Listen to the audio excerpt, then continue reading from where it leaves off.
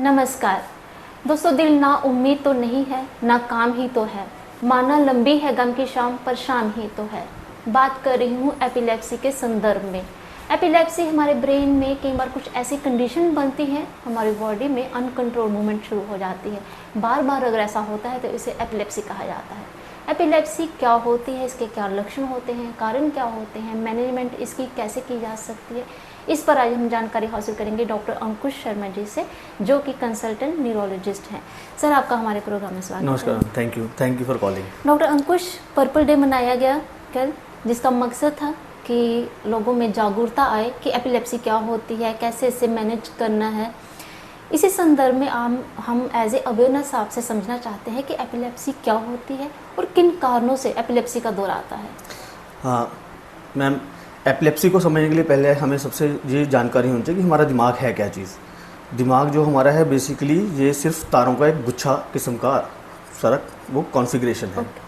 जब इन तारों में कभी इलेक्ट्रिकल फायरिंग होती है एबनॉर्मल, मतलब कि वो मिस फायर कर जाते हैं, तो उससे सीजर्स होते हैं, दौरे पड़ सकते हैं, जो कि विभिन्न प्रकार के होते हैं, इनको बाद में हम बताएंगे किस तरह से होते हैं। जब ये दौरे अकारण पड़ने शुरू हो जाएं और 2 से ज़्यादा दौरे हो जाएं 24 घंटे के बीच में, उसको हम एपिलेप्सी का संज्ञान दे देते हैं। उसको फिर हम एपिलेप्सी बोल देते हैं। सर, आपके कहने के अनुसार कि हमारे ब्रेन में कुछ ऐसा शॉर्ट सर्किट हो जाता है और फिर बार बार जब हमें दौरे आना शुरू हो जाता है तो उसे एपिलेप्सी करार दिया जाता है। बिल्कुल सर, एपिलेप्सी के अगर हम प्रोमिनेंट लक्षणों की अगर बात करें, ऐसे कौन से हैं जो इंडिकेशन देते हैं कि व्यक्ति को एपिलेप्सी का दौरा है?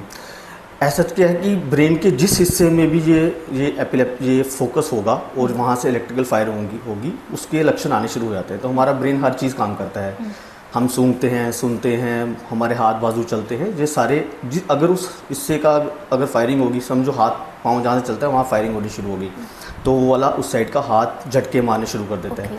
लेकिन जो अमूमन तौर पे हम जम्मू में यहाँ लोकली जो हम देखते हैं उसमें क्या होता है कि पेशेंट बेहोश हो जाता है, आंखें ऊपर मुड़ जाती हैं, दोनों हाथ पैर मुड़ जाते हैं या ज़ोर से झटका मारने शुरू हो जाते हैं। इसमें पेशेंट बेहोश रहता है, बीच में कपड़ों में पेशाब हो जाता है या स्टूल पास हो जाता है, और थोड़ी देर के बाद 5-10 मिनट के बाद पेशेंट आहिस्ता आहिस्ता बंद हो जाते हैं उनके ये झटके लगना, और उसके बाद पेशेंट होश में आ जाते हैं फिर, लेकिन उसको याद नहीं रहता कि ये क्या चीज़ हुई है। ये अमूमन तौर पे जो हमारी धारणा है कि इस तरह के दौरे होते हैं, जो लक्षण जो है हाँ, ये कॉमनली हमारे यहाँ पर सबको पता है कि इनको मिर्गी या मिर्गी का दौरा बोला जाता है। कुछ और हैं जो मिर्गी ही होती है, लेकिन हमें ज़्यादातर पता नहीं रहता है। जैसे एकदम से बच्चा बैठा हुआ है, थोड़ी देर के लिए गुमसुम हो जाए और थोड़ी देर में फिर वो ठीक हो जाए, उसको एब्सेंस एपिलेप्सी बोला जाता है। मतलब थोड़ी देर के लिए वो एब्सेंट हो गया अपनी जगह से। या फिर आपको कोई चींटी चलना थोड़ी लगता है कि चींटी के ऊपर चल रही है, या कुछ पैरासीजिया जैसे सिम्टम ऊपर स्टार्ट होता है, थोड़ी देर के बाद ठीक हो जाए, उसको सेंसरी सीजर्स बोलते हैं। या फिर कभी एक जगह पे ठंडा गर्म पसीना आना, थोड़ी देर में वो ठीक हो जाए, उसको भी दौरे बोलते हैं। कहने का मतलब ये है कि ब्रेन के जिस हिस्से में ये फायरिंग होगी उस हिस्से का जो काम होगा वो ख़राब हो जाएगा, वो आपके शरीर में दिखाई देगा। कहीं ना कहीं इंडिकेशन जो है वो मिलना शुरू हो जाता है। सर, दौरा आपने कहा कई प्रकार का होता है, किसी भी तरह का दौरा हो, इम्पॉर्टेंट होता है इसको इवेल्युएट करवाना, डायग्नोस जब बनता है। सर, लक्षणों को नोटिस करना कितना इम्पॉर्टेंट होता है, क्योंकि अक्सर कहा जाता है जो हिस्ट्री व्यक्ति बताता है उसी के आधार पर ट्रीटमेंट शुरू होता है। पहला तो ये कि हमें जानकारी होनी चाहिए कि ये कुछ एबनॉर्मल हो रहा है, ये हमारे बच्चे के साथ या हमारे पेशेंट के साथ कुछ अजीब हो रहा है, तो खुद तो हम इवेल्युएट कर नहीं सकते। अब ये सारी जो भी कहानी जो भी हुआ है पेशेंट के साथ, ये हमें किसी एक डॉक्टर के पास जाके ही पता चल सकता है कि दौरा है कि नहीं है। डॉक्टर आपकी कहानी सुनेगा, उसको अगर लगता है कि ये मिर्गी के लक्षण हो सकते हैं तो फिर वो उसकी इवैल्यूएशन करेगा, उसके लिए टेस्टिंग की जाएगी, और फिर अगर उसे टेस्टिंग से और हिस्ट्री से दोनों कोलैबोरेटिव फाइंडिंग लगता है कि दोनों मैच कर रही है, हमें लगता है कि दौरा ही है, तो उसकी फिर वो दवाई दे देगा, या फिर साथ में प्रिकॉशंस बताएगा कि हमें क्या करना है, हमें लाइफस्टाइल में क्या मॉडिफिकेशन करनी है, वो सब कुछ फिर वो जानकारी आपका क्वालिफाइड डॉक्टर देगा। सर, जैसे आपने कहा कि दौरे ऐसे भी होते हैं जो, जैसे आपने कहा कोई बच्चा स्टिल हो जाता है या फिर कहीं कोई सेंसरी जो है वो पार्ट दिखाई देता है, तो सर क्या ट्रीटमेंट की अगर बात की जाए तो क्या सबका ट्रीटमेंट एक जैसा रहता है? सबका ट्रीटमेंट एक जैसा तो नहीं है। दौरों को ब्रॉडली हमारी भाषा में 2 तरह में क्वालिफाई किया गया है। एक को जिसमें कि पूरे ही ब्रेन के जो सेल्स हैं एकदम से एबनॉर्मल फायरिंग करने शुरू कर दी, उसको हम जनरलाइज्ड एपिलेप्सी बोलते हैं, कि जानी ब्रेन के 2 हिस्से हैं, राइट लेफ्ट, दोनों ही एबनॉर्मल फायरिंग कर रहे हैं। एक में जिसमें कोई एक लोकलाइज्ड हिस्सा फायरिंग कर रहा है, उसको हम फोकल सीजर्स बोलते हैं। दवाइयाँ तो एंटी सीजर मेडिकेशंस ही होती हैं, या एंटी एपिलेप्टिक मेडिसिन जिनको बोला जाता है। उसमें विभिन्न प्रकार की दवाइयाँ होती हैं। कुछ फोकल सीजर्स में ज़्यादा अच्छे से काम करती हैं कुछ जनरलाइज सीजर में अच्छे से काम करती हैं। तो अगर हमें क्लिनिकल हिस्ट्री से, हमारे एग्जामिनेशन से और हमारे टेस्टिंग से ये पता चल जाता है कि ये फोकल हैं या जनरलाइज्ड हैं, उसके हिसाब से हम फर्स्ट लाइन ड्रग्स जो भी इसके लिए रिकमेंडेड है दुनिया में, वो हम स्टार्ट कर सकते हैं और उससे दौरे बंद होने के बड़े सारे चांसेस होते हैं। जैसे आपने पूछा कि सारे ठीक हो जाते हैं, नहीं, सारे तो नहीं ठीक होते। अगर आप अच्छे से हिस्ट्री लोगे, प्रॉपरली मेडिसिन दोगे और पेशेंट प्रॉपरली मेडिसिन खा रहा है और डोज उसकी ठीक है बिल्कुल, तो ये सारा प्रक्रिया करने के बाद नियरली 70% केसेस में सीजर्स बिल्कुल बंद हो जाते हैं। 30% जो बचते हैं उनमें फिर एडिड ड्रग्स दिए जाते हैं, मल्टीपल ड्रग्स ट्राई किए जाते हैं, कॉम्बिनेशन ऑफ ड्रग्स ट्राई किया जाता है।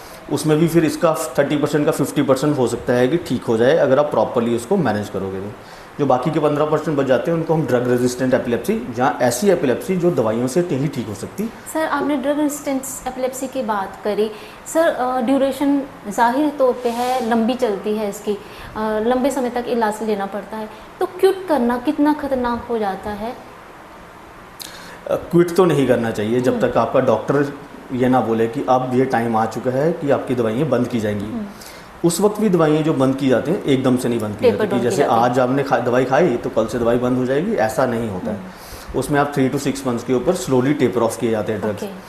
अब ये टेपरिंग ऑफ की कब जाती है, खुद तो नहीं करनी चाहिए, मेरे सुनने के बाद भी घर पे खुद नहीं करनी चाहिए अपने क्वालिफाइड डॉक्टर से, लेकिन अमूमन तौर पे हम बोलते हैं कि 2 से 7 साल तक अगर आपके दौरे नहीं पड़ते हैं, इम्पॉर्टेंट ये है 2 से 7 साल इम्पॉर्टेंट नहीं है, 2 से 7 साल ऐसे जब आपके दौरे बिल्कुल बंद हैं, आपको एक भी दौरा नहीं पड़ा। फॉर एग्जांपल आज आपने दवाई स्टार्ट की और आपको जुलाई से दौरे बंद हो जाते हैं, तो जुलाई 2026, जुलाई 2027, जुलाई 2028, 3 साल हो गए, अगर बिल्कुल दौरे नहीं पड़े तो फिर एक बार कोशिश की जा सकती है दवाइयाँ बंद करने के लिए।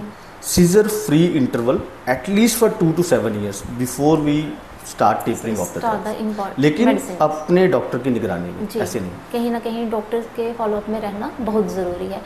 सर फिट्स की अगर बात की, दौरों की अगर बात की, तो देखने में थोड़ा भयानक हो सकते हैं लेकिन दूसरों को हार्म नहीं करते हैं।